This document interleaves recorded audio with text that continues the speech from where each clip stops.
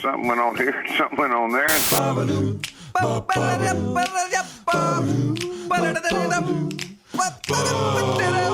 This time on TNT. Does my Hootie impression really sound like Creed? Yes. Jonathan went to Switzerland too. Plus, you'll meet, not a big deal, Guy. It's all coming up right now on TNT.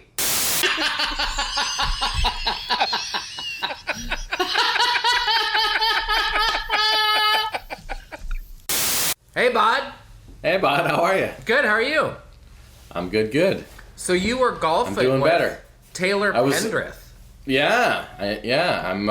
I'm kind of bummed that the weather hasn't really been. It's not here yet. Summer is nowhere to be seen. It's not here either. So, it's been like single digits and rainy all of May. And then it'll be like 19, so you think, okay, we're good. No more cold days. Double digits from here on out. Nothing. Back to 9 and raining. So I've been trying to golf. I've, as you know, being in Barrie a lot and having a little more time during the day, I've actually played golf in Barrie with my buddy Ernie Vatisse a couple times. So that was cool. With your buddy who? Ernie Vatisse. He's an old friend, golfing friend. I want a friend with a name like Ernie Vatisse. Yeah, right? It's a great name. Yeah, he's a great dude. But he's good friends with Laird as well. He sounds like a character like on a suspect on NYPD Blue. Yeah. Where's Vatisse? He disappeared. What do you know? Sounds like it's time to go pay Ernie Vatisse a little visit. So, I played with Ernie a few times, and then I got down to Legoville, which is Summit, golf course just south of here with our bod Taylor Pendrith, who listens to the pod on the reg. Nice. And also Ryan Strom, who's a great guy, former Oiler, as you would love, now a Ranger, and Mitchell Thierrett, who's he plays in Europe, and he's Taylor's caddy right now for the Canadian Tour. Yeah. So anyway, it was great to play with Taylor because he hits the ball a mile, like it's ridiculous, literally like 100 yards past, and my drive. So is that fun for him? Ridiculous. Well, yeah, because he's getting his game together for the Canadian Tour. This was a couple weeks ago.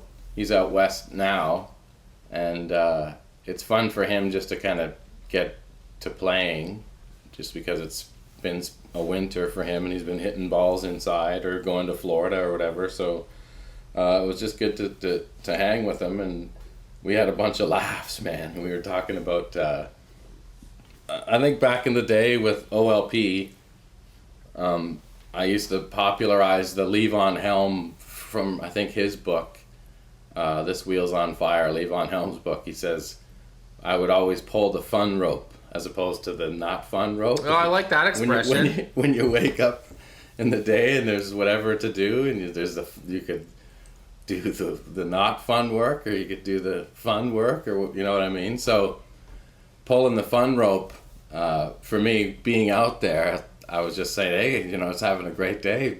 I'm golfing with you guys. This is a full-on fun rope day. And they're like, what? I'm like, what's a fun rope? When you're gonna have a good time, you pull the fun rope. And that's just stuck to the point where now, like on texting back and forth, I think it was Mitch who put the heading as the title of the chat is fun rope. It's great. It's fun. So maybe even it might spread in the hockey world of like, just had a great game today, just gonna pull the fun rope and just take it easy for a night. So what did Strom say about being an Oiler? Well, I mean, he said it was it's like, I guess in terms of hockey playing, because they're always adored athletes in cities where they're at, but I think there's an exception when it comes to Edmonton and how players are treated. It just kind of, they can do, just kind of go wherever they want, and everybody just kind of wants to show them the best time possible. Yeah, so it's just he said it was just more evident there than anybody any other place that he's played, or I guess being there. And I've heard the same thing from other hockey players in the past. Just like, if you like to have a good time, or if you like to just be social in a city, Edmonton is the best place for that. So it is a full-on fun rope. Mm-hmm. And what did he say about Connor? But it's kind of an even trade going to New York, though, because you get the culture and all the new and the old and the restaurants and the madness. Not that it's not in the same aspect in Edmonton, but I mean, it's New York City, so good times. I see. So you can be anonymous in New York in ways that you can't be in Edmonton. But maybe the red carpet doesn't get rolled out as much as it does in Edmonton.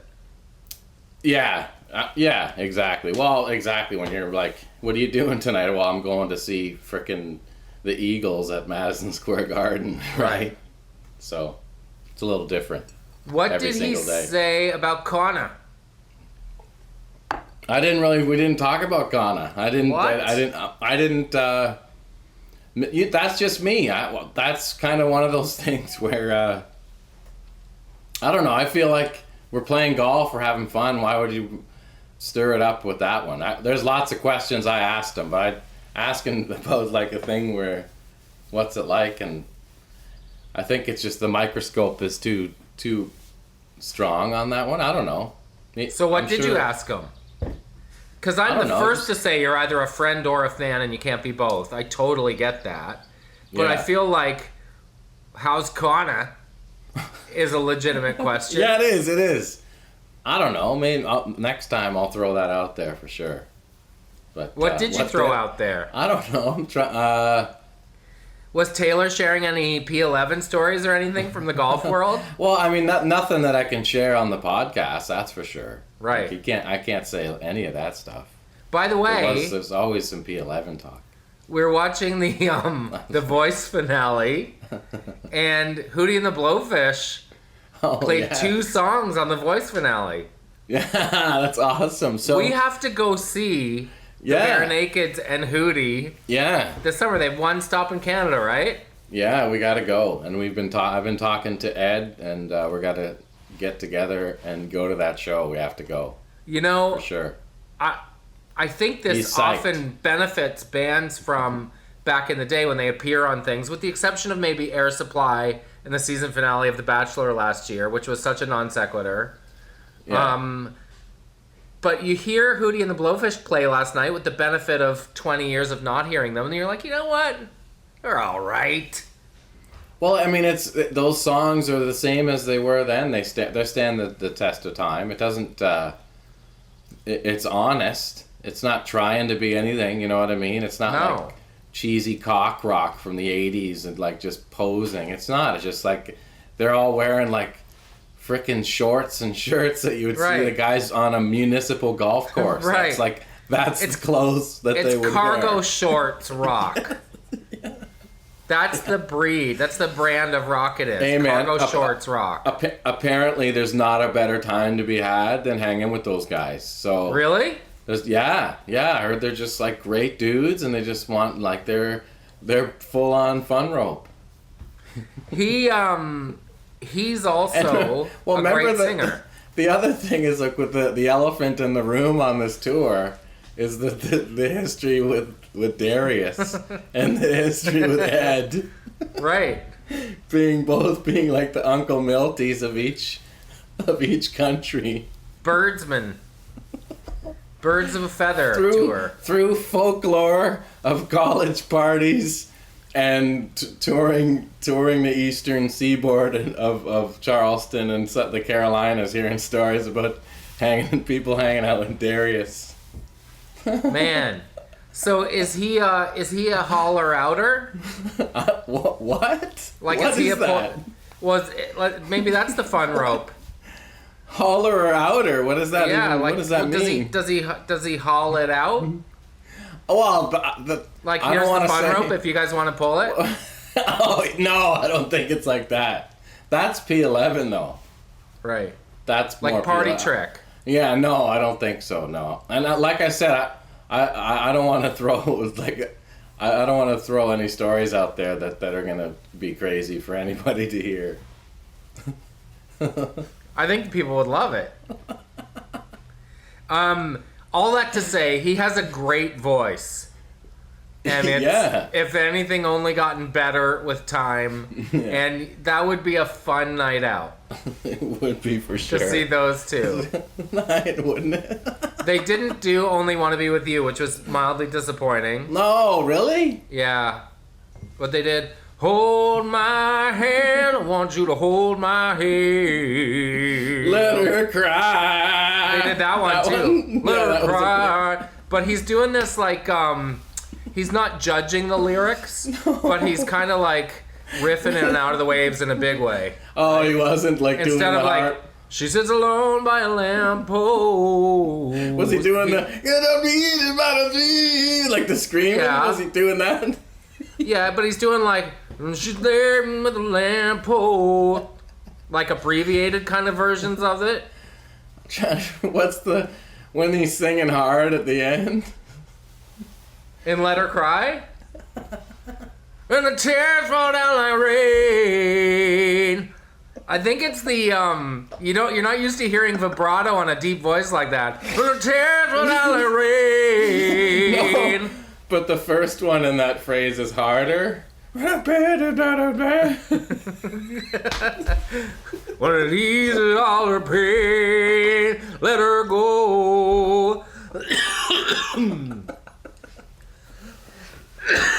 the sun comes out tomorrow, let her grow. Let her go. That sounds the same as the Creed. Well, it is like a softer Creed. You know, she's there with a lamppost. Like if you do that Creed songs, it's the same. The higher and all that stuff. Can you take me higher? So my Creed guy and Hootie is the same? Oh no. It's exactly. It's totally. It is the same. Yeah, is it because they sound the same? No. It's because you're doing Creed guy has more gruff. Creed guy is a guy with no soul doing a guy with soul. So it's like fake Eddie Vedder is Creed, right? Like, because Eddie Vedder has more soul in his voice. Well, I guess. Yeah. And when you're doing it, it's like the parody. So it has like that kind of fakeness. But the Creed guy like made a lot of money doing that fake voice. Yeah, so is he just Hootie with more stank on it?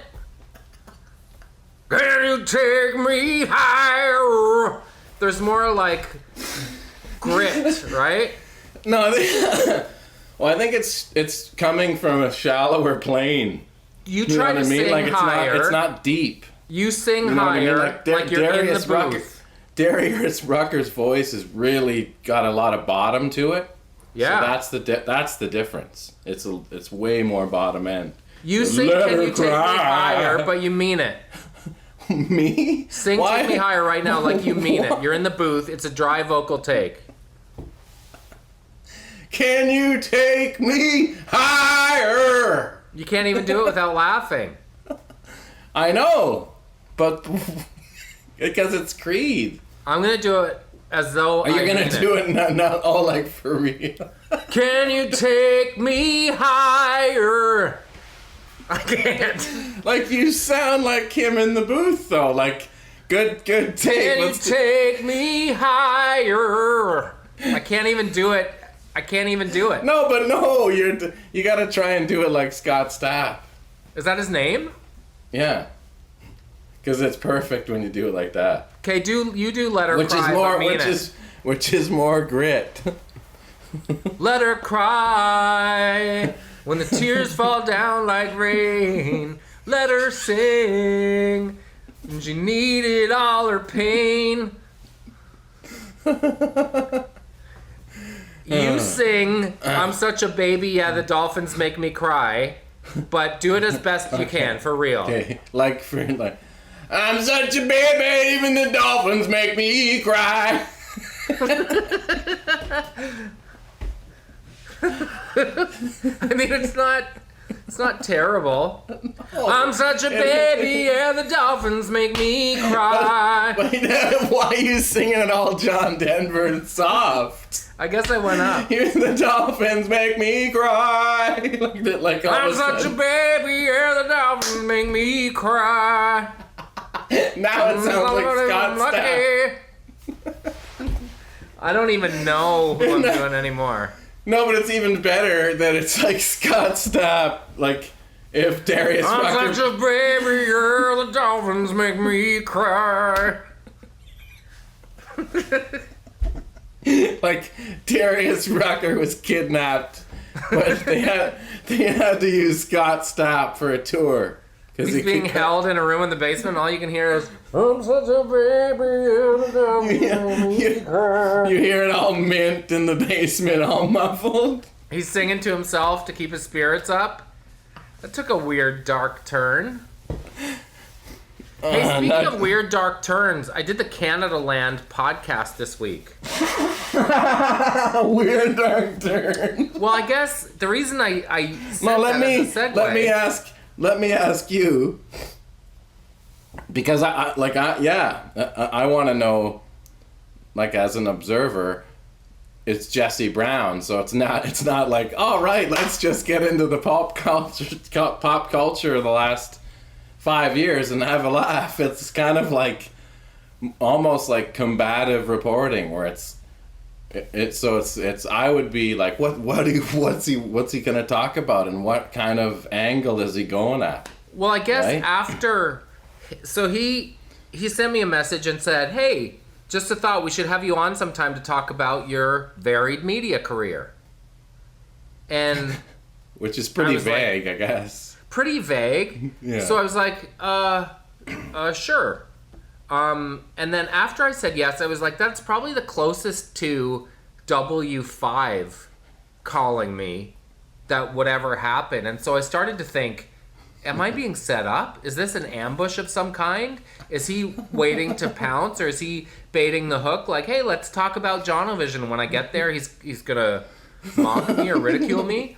Yeah. So from the get-go, he was like, hey, how you doing? And I was like, you don't sound like you're ready for a hatchet job. And he was like, what are you talking about? And I was like, well, I guess there's part of me that assumes you're going to attack me in some way. So I'm just trying to figure out which angle you might take. Yeah. Is that like, how it started? Yeah. Like the interview? Yeah. That's wicked. I love Well, I was like, let's put hatchet on the table. Yeah, like I know it might be here, so here it is. So are you planning to reach for it at any time? And it was he didn't. It was a good chat.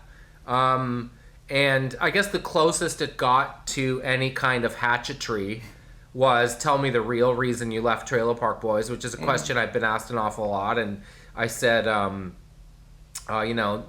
no one big reason, 100 small reasons. It was just time, ultimately. And if you look back at my career, I've always kind of left to try to get to the next thing before it was too late. But there was one thing that I wanted to talk to him about. When Thank You Canada came out, he was like, this is the worst thing I've ever seen. I remember that. Yeah, and my reaction was like, I can see how if you're cynical and your job is to critique things, I can see how you could knock it for being a little earnest or a little syrupy or a little sincere. At best, it's an eye roll.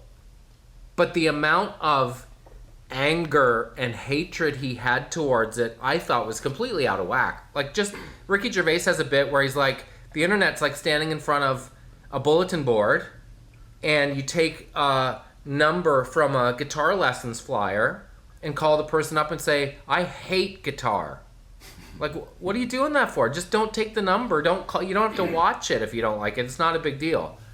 So I was glad to have an exchange with him in which I said, I feel like when you're cynical for a living, you can cynic yourself into a corner, and then you lack the ability to be sincere about anything, because you have to approach everything by poking it with a stick or a cocked eyebrow or looking down your nose at it. So I was glad that we got to have that exchange. I said, one of the things I think that's allowed me to work as long as I have is I'm not the best at anything, like a Swiss Army knife, but I do a bunch of different things okay, and that's allowed me to kind of keep changing it up. And I'm worried that if that's your only gear, what else you got? What's the long ball in being angry guy? Because it gets tiresome. Yeah. No, it does. And it eats away, too. It does eat away, and it doesn't feel good. Like you're just braced every time something comes out to go, that sucks. Yeah. So he said, I do a lot of different things like you. I'm not worried about that. But it wasn't contentious, and it wasn't a hatchet job. It was a good conversation. But it's funny how in the time between saying, sure, man, and wait a sec, and actually doing it, I really had oh man, what could this be? But you look kind of in your past and in your psyche and think, I don't think there's anything legit he could say that would hurt me. And that's what I said ultimately about Thank You Canada. I said, it's great to be at a place in my life and my career where you saying you hate it doesn't get my heart rate up even 1 beat per minute. Like, I don't care. And that's maybe the most freeing thing, because as we've said before, genuine indifference is the most powerful emotion. My mother-in-law says, the second you raise your voice, you've lost the argument. And that's the best advice. No, it's good to, I think getting bad reviews, you read, it doesn't take too many of them for you to go, you wake up and go, all right, what's the point of this? Well, also, who cares? A live show or something, like someone has a problem with something, so the review's affected, and it's just one of those things that there's always going to be something bad to be said. And I got over that a long time ago. I think in my mid-20s was the last time I cared about something said about me. Right. Well, he said, and this was a fair criticism, he sent me a message at the time and said, are the companies and the things that you list in the song, because it was not unlike this podcast, like the cliches that make us Canadian, Tim Hortons and Don Cherry and all those kind of familiar, if a little dated references. He said, did those companies pay you to be involved with this song? And I wrote him back and said, no, not even a bit. It was but seriously moment at the end of this very silly hour. 2 million people watched it, and in Canada 150 thought it was kind of a nice tribute. Like, more people liked it than didn't. Yeah. But his thing was, are you on the clock for these people? Which I wasn't. Yeah. Anyway, I can't remember what my point was. Oh, this is it. He said, I feel like the references in that song, I look out the window over my place in Toronto, those references represent 1 in 50 people that I see. And that's a fair statement. It is a very specific slice of Canadianity that isn't everyone's experience. And that's true. Yeah. That's fair. That's it. Yeah. And I cop to it. Dig it. Take a break, bud, and then we'll be back with big, major, prestigious breaking news.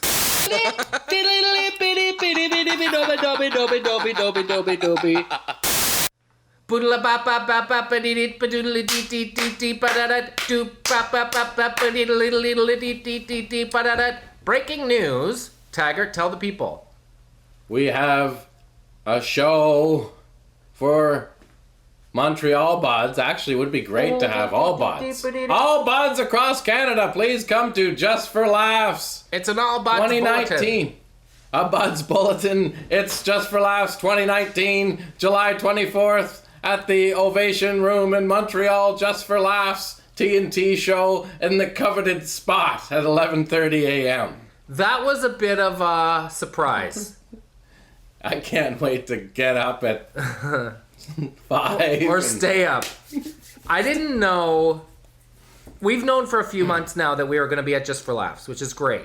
It is very prestigious. It is an honor to be invited. It's true. Yeah. Typically, I guess most comedy things happen in the evening, but maybe the podcast spot, like I know Mark Forward Daytime. does the State of Canadian Comedy. I know that's often during the day at Just for Laughs. So maybe they have more during the day events than we're aware. Yeah, yeah. Well, it is quite a festival. And we're going right into the epicenter of it being in Montreal. And you could also argue everywhere. that maybe there won't be as much competition for things at 11:30 a.m. We should rent a 15-passenger van for any buds that want to come from Toronto. Yeah. If you're just thinking about... And drive out there with them? Yeah. Well, if you're thinking about when to take your vacation, this is the only confirmed Taggart and Torrens show this upcoming summer. Mm-hmm. There are worse places to spend time in the summer than Montreal. Yeah. July 24th, it's a Wednesday, and we are performing at 11:30. I think it's an hour. Yeah, and it's an hour. We haven't talked about it a whole lot. I guess it'll be a lot like Taggart and Torrens live show, right? It will be, yeah. Just with less people there. We'll get a bus, and we'll drive the night before, and what? Buds, it's an away game. Or do you want to get him wake up at 4:00 in the morning and drive? It's an away game, so we need everyone to dress. 6-hour drive. You know what? For what they're paying us, we should throw that into renting a bus. We should charter a Bud bus.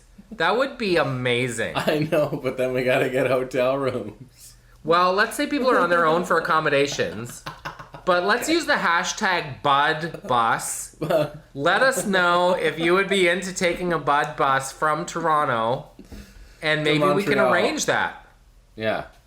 Maybe we can arrange a Bud Bus because it would behoove us to have a bunch of buds there. Yeah, and it's our only thing going on, really, as show, in terms of our only scheduled show for the summer, and let's do it.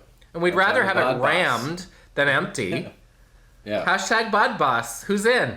Any Laidlaw buds out there? Or Bluebird buds? Like school bus buds? See, Bluebird has a different connotation out here.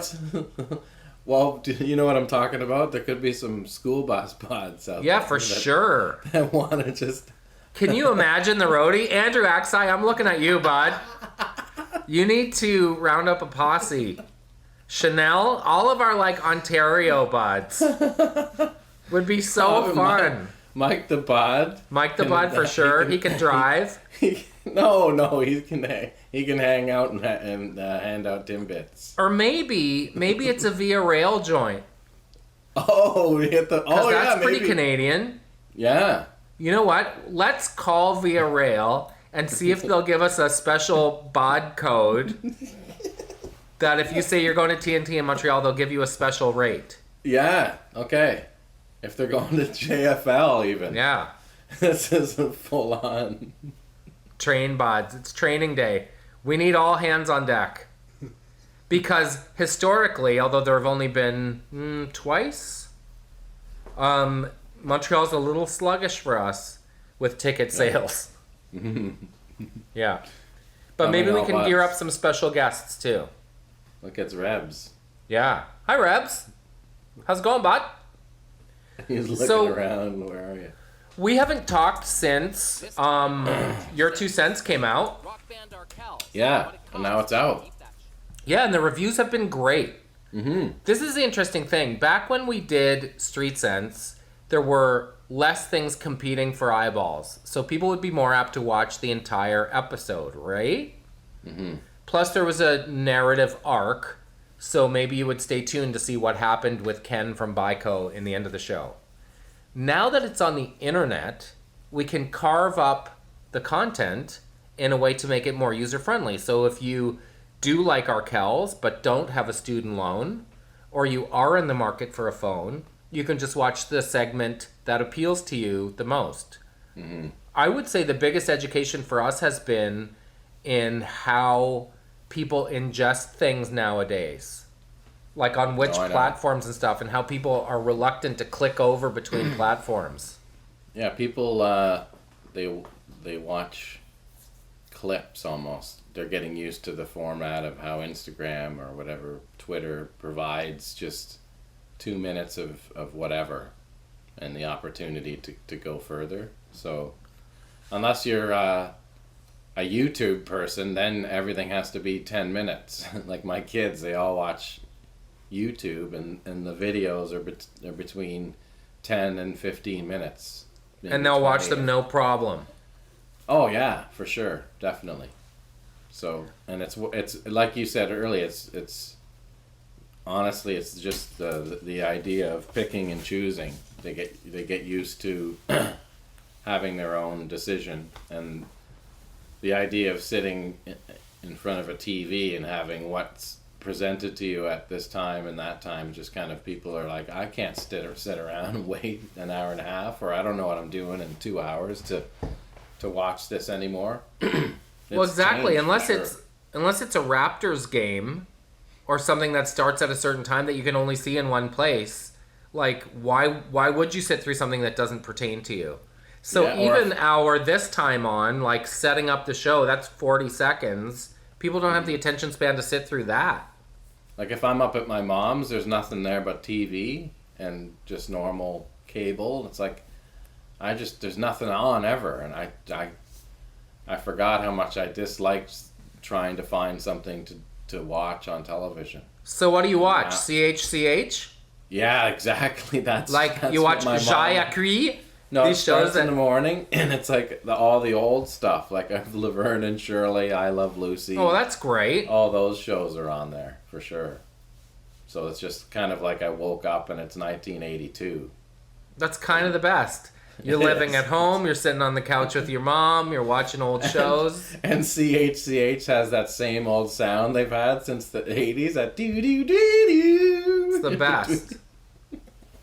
But they have all these shows like Jaya Cree, Indonesia's weekly variety magazine show. Depending on what time. I love watching those.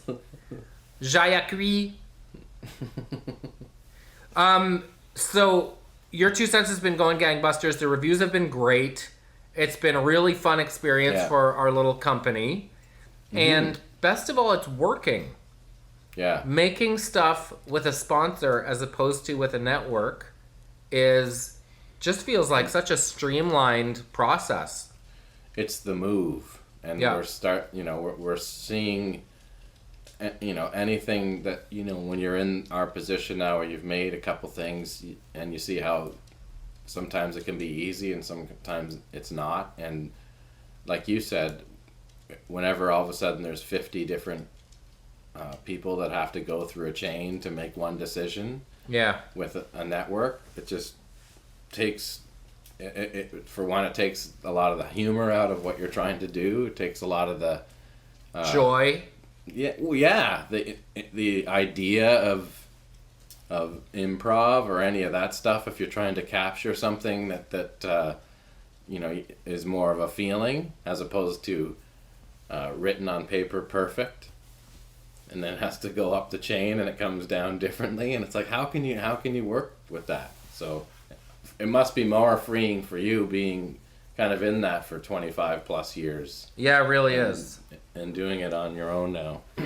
Well, yeah, and also we can be nimble in how we change how we roll things out to accommodate the audience. So we take our stuff to where the audience is instead of trying to convince them to come over. Like Sylvia, as you know, who we work with, made the point that people, if they're on Twitter and they see an Instagram link, they're like, I'm not going over to Instagram to watch that. I'm on Twitter right now. Yeah. And that's something that you would never think about, but it's really a thing. Be that guy in a club who's like, I'm not going there. I'm on Twitter right now. Yeah. I'm not leaving. Get the fuck out of here. I'm staying on Twitter. I'm going to Instagram. What's wrong with you people? Have we even updated the people on the record? We have many good songs now. Yeah, we gave a little tidbit of last time, but we have to kind of... we're almost ready to roll out the idea of what it is and how it's going to work. And I think in terms of we should probably do it in kind of an episodic situation, because I think the funniest way this works is kind of visually. We've spoken as like kind of Donovan being at the helm of this whole thing, right? Yeah, it makes sense. Him picking each of the characters from the show to do a song. And there's some surprising combinations together in certain songs. And some people that you might not expect get their own song. Mm-hmm. Right? Yeah, exactly. Like Byron has a song on the record. Yeah. Maybe didn't see that coming. You didn't think Byron would all of a sudden have a jam. And it's a banger. It is a banger. There's some obvious ones like Okay Guys, Décollé Guys. Like, of course, that's going to be a song on the record. But then some sneaky ones. Like, we have new children's entertainers named Jean-Guy Pualec that we haven't even introduced to you guys yet. Yeah. And Jean-Guy talks like this. And Alec is, as he's classically trained. Well, they're both failed scat singers. It's basically those guys. Yeah. They're what were they called? Scat singers. So Scat's ass. They're trying to go as a English, French, Canadian kids combo. That's their new angle. It's so bad. They kind of have a history, right, with the podcast in the past, but it's just maybe the first time where someone has changed the game, their game, to try and make it work. Did I ever tell you about in junior high there were guys named Hugs Not Drugs? They were convicts that came to speak to our junior high class. There's something like that about Jean-Guy Pualec. Yeah. Like maybe they're starting with community service. I remember a guy came to my high school, Roger Caron. He wrote a book about being in jail from like 15 years old. He stole like a television or something and in and out and spent his whole life in jail. And he came to our school when he was out, and he was like in his 60s or late 50s or something, and then he like did something and he's like back in again. No. Like the week after he was talking to you guys? Yeah, well, he was talking about, something like that. But he was talking, this was in the early 90s, obviously, but he was talking about how he couldn't deal with being out, really. Like the lights being a little bright and stuff. So he didn't like it, yeah. Did you there was a band in Halifax called Blue Thunder, and it was made up of cops playing rock music to show that cops were like, they're kinda just cool. Like us, yeah. Like Mustang Sally, the 15-minute version. Like when they do rap, and they're like, come on, guys, we can do this. Or when they stop to run a pattern, catch a football on a street in a neighborhood to show that they're cool. Mustang Sally. We haven't even talked since Switzy. Yeah, you went to Switzerland. I know, we're doing the speed round. We're getting all caught up. We stayed in a tiny village called Wengen. You know what? The beauty of, if you watch the YouTube pod, maybe we can share a couple of those beautiful pictures that you have of views. Aaron can fire those on there. Yeah, we stayed in a village called Wengen, which has a population of 2,000, except for one weekend a year when the Lohenbrachen downhill World Cup ski race is on. Everyone's got the cowbells. Yeah. So then there's 22,000 people in this village for one weekend. But this was not the weekend we were there. We rented an Airbnb, stayed in a Swiss chalet, and this village was very quiet, but it was perfect... That Swiss chalet had Toblerone bar. Yeah, it did. Right. No festive special, though. But it was the perfect place to take trains from, to go around on little day trips to different places like Interlaken, which is between two lakes. Really pretty place. Something I didn't know is that the majority of the tourists we encountered, like really a vast majority, were from India. And apparently the reason for this is because a lot of Bollywood movies are shot in Switzerland. And so that propels the tourism industry because people want to come see where their favorite movies were shot. The location scouters. They Neat love that thing, stuff. yeah. So I took a train to the top of Europe, this place called Jalgenfroch. So that's the top of Europe? It's the top of Europe. Jalgenfroch? And there's an outdoor... there's a research station where you can go outdoors on the platform. And it was apparently in a James Bond movie. I think with Roger Moore. Back in the day. It's so visual. Is that the one they ski down? Good question. I'll find it. Going down. I can find it during the break. Maybe I'll find it right now. Well, but the Roger Moore. Aaron can burl it across as you're talking right now. Yeah. Oh yeah, he'll find it. Yeah. It's the big coming down the hill. Over and out.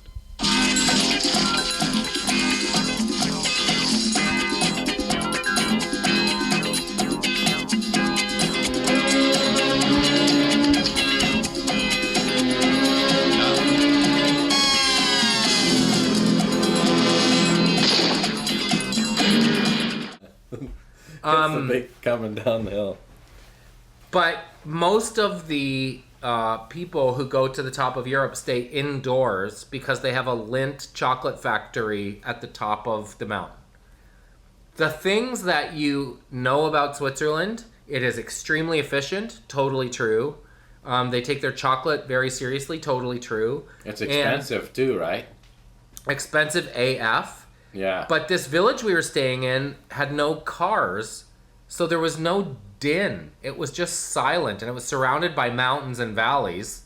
So the only noise you can hear is the jingles of the cows and goats with bells around their neck. That's crazy. It was so cool. People just walking around. Everything's close enough to walk. Yeah.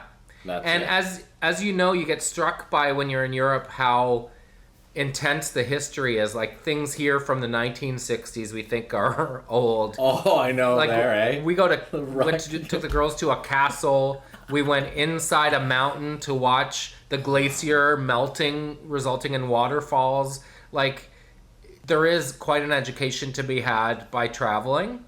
And you know, if the worst thing that you come out of a trip with is you're happy with where you live and you can't wait to get home, that's also an important thing to remind yourself too. Yeah, it's different, right? How was the food for the kids? Because we had an Airbnb, it was a lot of like pasta and chicken and rice and kind of the usual stuff. We got our chocolate fondue on. Yeah. But like anywhere, like most people, I shouldn't say like anywhere, like many places, most people here speak English. It wasn't so foreign as far as things for them to eat. You can get chocolate milk, all the staples, you know, chicken fingers. We had a couple of encounters with people that were less than friendly, but by and large it was awesome. It's such a spectacularly beautiful place and so clean. Everything just dialed, right? Just dialed. And if they say the train leaves at 12:01 and it's 12 and the train's not there yet and you're like, how? It does. Trust me. Hey, let's take a break and then we'll pull the fun rope, bot. Like a Swiss watch, right? Yeah.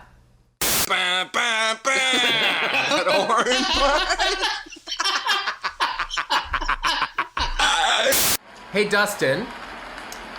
Yeah, how are you, Gary? Good. How can I say this?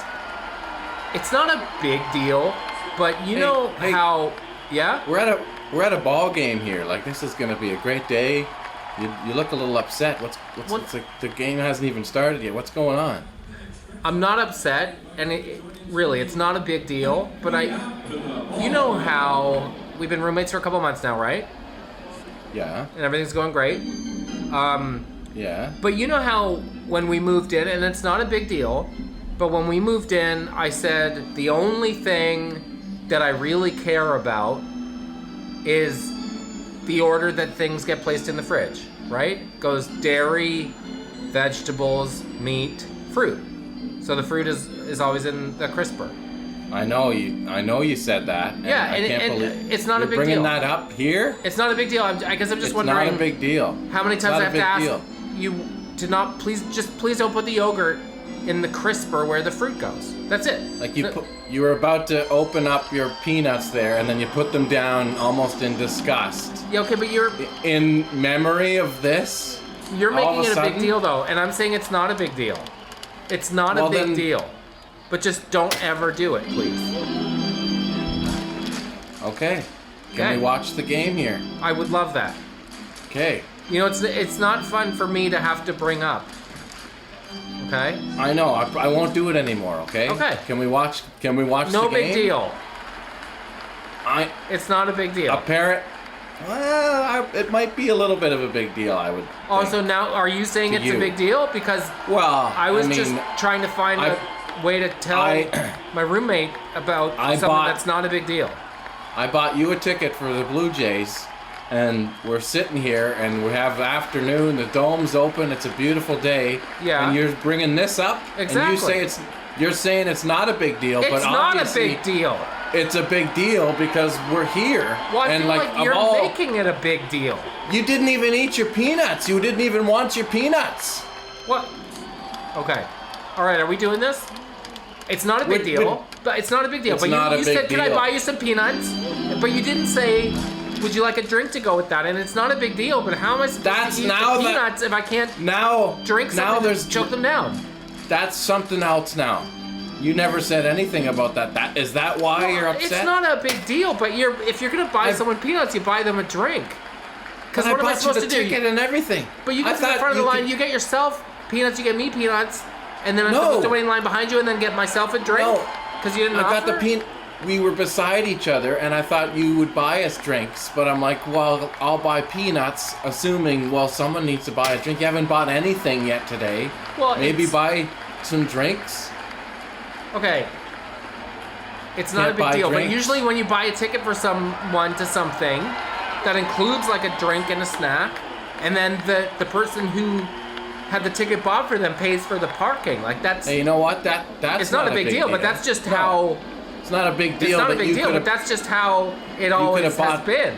You could have bought the drinks. That's not a big deal that you could have just bought the drinks. Why don't you go buy drinks now, and then everything will be fine. Well, it's not a big deal, but that's just not how it's done. I can't believe you're making a big deal out of this. Oh, I'm making it. Okay, Gary. Can we just watch the game? Exactly. Can we? Like, it's not a big deal, but this is a prime example of how I can't even say anything to you without you flying off the handle. Like, what I'm bringing up is not a big deal, but I feel like you're making it a big deal. How many times have I said this is not a big deal? And yet here you are making it a big deal. How did I get myself into this hell? Why am I in this hell right now? Oh, so it's hell. Is that what this is? Hell. This is hell. Yeah, because I'm living with somebody who's constantly making something out of nothing. I haven't done anything wrong. Oh, is that what I do? You get mad at the fear of something happening. Mad? You haven't even seen me mad. You've never seen me mad. That's why this is hell then. Well, I specifically said it's not a big deal though. If it's only getting worse, and what is a big deal? What is that like if something's a big deal to you? Well, that's why I guess I preface it by saying it's not a big deal, because what that does is it gives you the heads up that what I'm saying is not a big deal, so you don't need to be braced for it. You know what? I don't want to go to baseball games with you anymore. Well, now see, that is a big deal. Yeah, how does that feel? What do you think of that? That feels like what are you gonna do now? I tried to bring up something that was not a big deal, and now you've turned it into a big deal. Yeah, and I want to see what happens, because you said you don't want to see me when it's a big deal. So now it's a big deal. So let's see it. What are you gonna do now? No more baseball games. Well, I guess the first thing I'm gonna do is get a drink because I'm parched. Yeah. Oh. Because not a big deal. You didn't. Maybe get me one too then. When you're up there. See, that's not how it goes. When you buy someone a ticket, it comes with a drink and a snack. It's our last game. It's our last game. I am really surprised you're taking this hard. Go get the drinks then. See what happens. Maybe it won't be the last game. Can I tell you something? What? It's not a big deal. Yeah. But I have nerve issues in my wrist, and then when I carry cold drinks, it sets it off. It's not a big deal, but I guess I'll carry them. You gonna pay for it? Well, I guess the thing is, if you're gonna carry them, you might as well pay for it. No, because this is our last baseball game. If I. Oh, I see. So we're both gonna go. We're both gonna. Well, I don't mind carrying them. I'll pay. With your wrist thing, I'll deal with the carrying, but you're paying. Just come pay, and maybe we'll go to another baseball game. I can't believe how insensitive you're being about this. It's a big deal. No, you are making it a big deal, but it's really not. It's not a big deal. It's a big deal for you to buy a drink right now. Well, that's not a big deal. That's just someone buying a drink. How about if you don't buy the drink, then we're not going to live together either. I'll find a new roommate. Well, now, see, that is a big deal. That's a big deal, too. Maybe that should have been the first thing that I said instead of the baseball game. How about we should find new roommates? Then maybe you'll buy me a beer. You are completely blowing this out of proportion. Gary. Yeah? Let's go. I'll carry. You be the Gary. What if I just give you the money that I was going to use for parking? Give me the... I already paid for parking. When were you I didn't know that. I'll buy the drinks then. I'll buy the drinks then. Oh. The person who buys the ticket buys a drink and a snack only. The only way to preempt that is if the person who bought the ticket pays for parking, and then the rules have changed, and it's not a big deal. But if you told me that... You're a lawyer. You make $300,000 a year. And you won't buy me... You won't buy me a drink. Define won't. Define won't. How about define the worst roommate of all time? Define won't. Won't. You know, I have a family member who's a lawyer, and she will drop that move like at a restaurant with a maitre d'. Define won't? No. We like the table in the window. It's reserved. For what time? 7:30. It's 7:32. Well, we have a policy where we wait a few minutes. How many minutes? Show me the policy. Well, it's kind of just an unwritten thing. We wait like 10 to 15 minutes. Give us the table. No. Right Give away? us the table. Yeah. Give us the table. They're not here. They reserved it for 7:30. That's the whole point of a reservation. So then finally, as happens in a few circumstances, the maitre d' will be like, fine, if you'll stop, I'll give you the table. And then we sit at the table, and she's like, isn't this nice? No. Not no part anymore. of this is nice. We've already gone to court, and it hasn't even like been, everyone's putting their utensils down and looking over, like, what's the kerfuffle? Like that stuff? Oh. That is classic. It's not a big deal. Yeah, no kidding. It's not a big deal. It's not a big deal falls under the same umbrella category as relax and sir, you need to calm down. Yeah. When was the last time you were furious? Why would you ask that? Because I guess in the umbrella category of it's not a big deal, escalating, have you ever been furious? Well, I don't know, furious. Like, what does furious mean? Like throwing things and like breaking stuff? No, like Lisa having to say, Jer, you need to calm down. Or you need to get a hold of yourself. Like someone you really trust, whose judgment you like. Yeah. Well, we took John to summer camp this summer, like the open house day or whatever, just to check out the place, and it's fantastic. Camp Kennebec. Anyway, I love this story already. The setting is great. We went to this fry truck, like great fry truck. And John was sitting right behind me, and he wanted fries. And so Lisa goes and gets the fries and hands them in the window to me. And it's a big, huge thing of fries, right? And I'm like, John, here. And John does like he's got something in his hand. He's like, he acts like he's got it in his hand. But I put it like in his hand. And I'm like, okay, you got it? And he's like, yeah. And then I let go of my hand and I just fries all over the butt of him and the floor. So I got really mad. I was like, because I told him to just realize that I'm handing you this something. You have to focus on, carrying take this. The fries. So I was pretty mad. But was there ketchup and stuff too? No, thank God, it's just salty fries. So I wouldn't say I was furious, but I was mad enough to like, he was upset because I was upset. I was like, John, come on, you can't do that. This is like looking all over the car. But, Jack came and picked them all up and it wasn't a thing.